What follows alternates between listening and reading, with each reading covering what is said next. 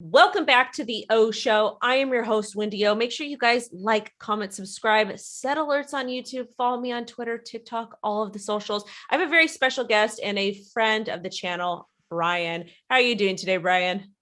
I'm doing good. It's been a little while since I've been on your show, but you've grown a lot, and I got to commend you for Thank your you. experience in the industry and also like the depth that you get into on, low market cap coins, staking, all like the great features that cryptocurrency offers. Like, you know, you're great at this. You're deep and offer a lot of value beyond anyone else that's out there. So glad to be on your show. Thank you. And that actually segues us into what we're going to talk about today. We're going to talk about two very important things. Crypto financial advice and trust, why you should have one. But before we talk about the trust, you guys, I'm not a financial advisor. I cannot tell you when to enter, exit, do anything. I talk about my ideas, things that I'm passionate about. And that's why I partnered with Daim IO, because they can actually give you guys legitimate financial advice, build you customized traditional financial products, but for crypto. When I say I'm partnered with them, that partnership is just when you guys ask me for financial advice, I send you there. That's it, because I am not interested in helping you with that stuff. I can't legally do so. So why don't you kind of give us a brief overview of what you guys do over at Daim and why this is so important for people to know? Yeah, so the whole purpose of Daim was early on, prior to 2017, everything was unregulated. There was nobody that had any kind of license to offer help. And I realized that people would eventually need somebody that's credible that could give them advice and manage positions for them. A person or an entity that has a license that if something was to go wrong, they could go back to regulators and get recourse. And not only through our level, but even with the partners that we have that we use to custody and invest in these assets and exchanges and OTC desks that we trade with. So basically, in a nutshell, we're like a regular investment advisor and asset manager in the traditional side, but focused specifically on digital assets. And we're properly licensed to give advice, which a lot of influencers can't, right over there, and to manage these positions for people. And we do them through unique accounts too, anything from brokerage accounts to tax advantage to IRAs to what we're going to talk about today, which is trust accounts. All right. So you guys, again, if you really want crypto financial advice, you need to reach out to Brian. He can legally help you do so and build you guys really great portfolios or whatever it is that you're interested in doing. So please, please, please do not reach out to some random person on the internet. Do not send people on the internet your money. Brian is licensed and regulated to do these services. And that's why they pay a lot of money to get licensed and regulated, to be able to provide these legitimate services to you. Don't send anybody money blindly online. But we need to talk about trust. What is a trust and why should somebody consider setting up a Bitcoin or crypto trust? Yeah, so really your crypto and NFT positions really need to be accounted for in your estate plan. That's really the gist of it. Like, what's going to happen if you pass away? All right. So the trust is the best way to protect your assets, to make sure they don't get lost at time of death, and that they pass to your beneficiaries quickly without the large expenses and drawn out time frame of probate, should your will need to go in that process. So these trusts are pretty important to back you up. Another benefit of a trust is two parts.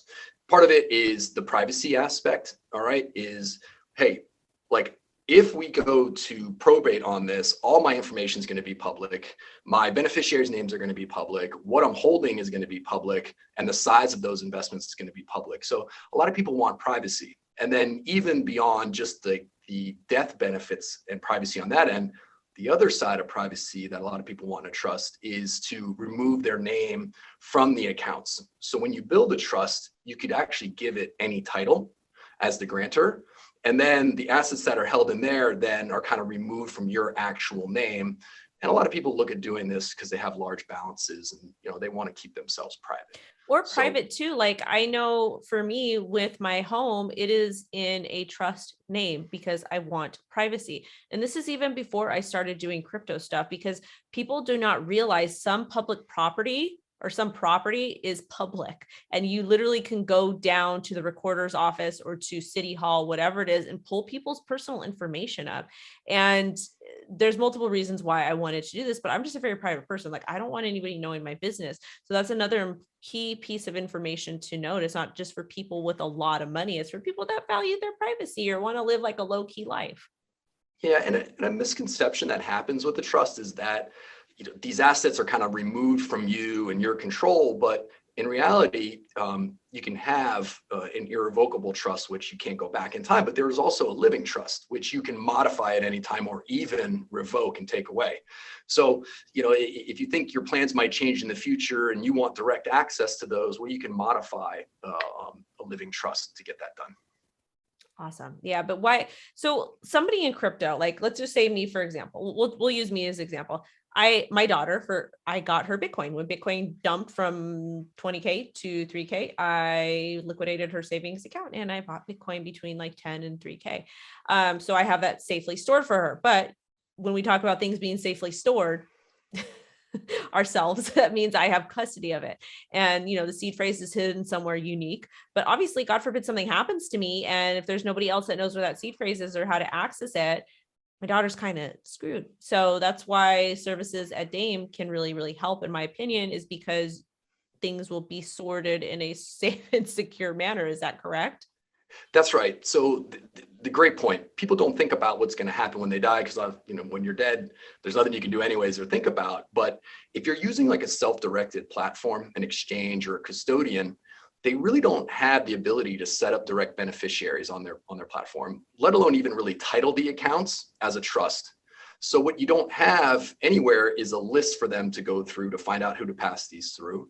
Mm-hmm. And if your beneficiary are not tech savvy and they don't know where the keys are or how to recover the seeds, like you got nothing. You actually have zero in there.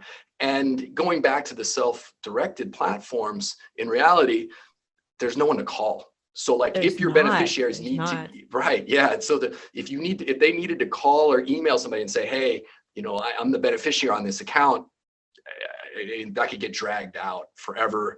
You might not even get processed. And then those coins just sit on exchange. So it's really unfortunate. What you really need is a paper trail. So like having a crypto advisor like us on the account, we're able to take the trust documents, we're able to create the unique account, we're able to establish record with the qualified custodian. And now this way you have multiple parties looking after your assets in the name for that beneficiary. I have a question for you. What happens if something happens to your agency? What happens to the trust? Yeah, exactly. So that's why it's not only established with us, but it's also established with the qualified custodian. So now you have two additional parties. So you have the grantor, which would be you setting it up. If you're removed, then it goes to the beneficiary. And then you have Daim, and then you have the qualified custodian. So those two parties independently can work without each other, but they know who each other is and they know who the beneficiaries are, as well as you being the grantor. So you can go around and say, hey, this is who I am. We need to make claim on these assets. So is there like a multi-sig that helps with that, or how does that work?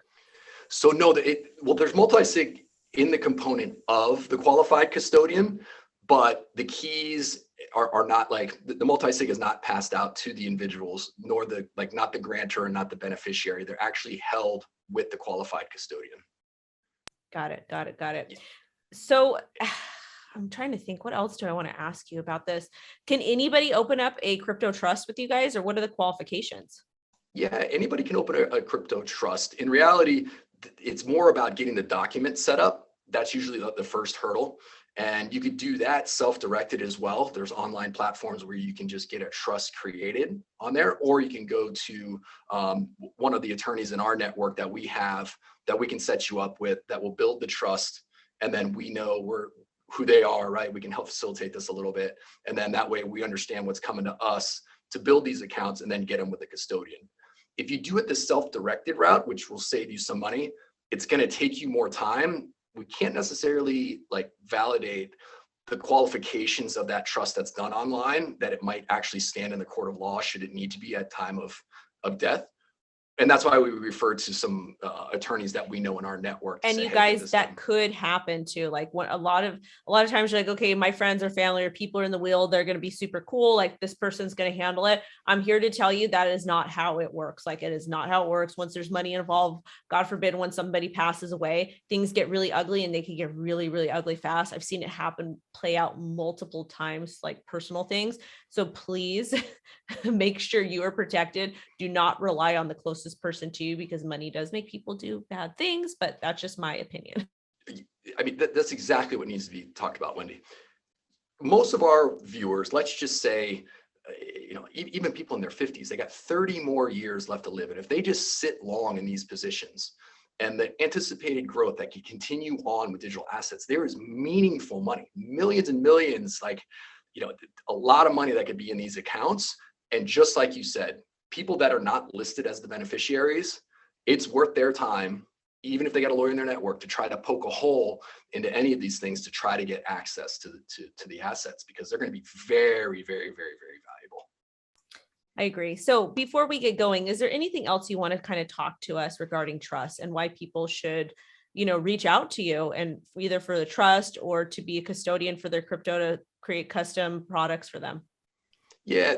So another thing about having an advisor on your trust is that what happens when you actually die. Okay. So the beneficiary needs to be notified. We have record of that. So we can actually reach out to them proactively to start the process to transfer the assets. And even sometimes they might not be tech savvy enough to receive them. They might need our continual management of it. And this is already in place for them. It's very simple. There's another thing with trust is that there's a prudent investor rule, which really requires the assets to be managed with consideration of the beneficiary's needs, right? And to avoid unnecessary risk. So with Daim, we also serve as that party to make sure that these trusts are really qualified. Got it. Well, Brian, thank you so much for coming on and talking to us about this. I know this is a hard topic for a lot of people, but we do have to talk about it. It's very, very I know important. nobody wants to talk about death, right? Nobody wants to talk about it, but honestly, you guys, it's important to do so. And that's why I was really excited to have Brian to come on and to give his expertise, because I like to have real experts on the show. And I like to have people that are actually licensed and regulated to talk about these types of things. So again, Brian, thank you so much. And if you guys are interested in reaching out to Brian, I'm going to have the website down below. If you want to tell him I sent you, that's fine. If not, that's fine too. I just want you guys to make sure you're getting the best advice and the legal advice too, from a real person that does this for a living. Thank you so much, Brian. Oh, thank you. You're doing a great thing for your viewers and followers. Appreciate you having me on the show.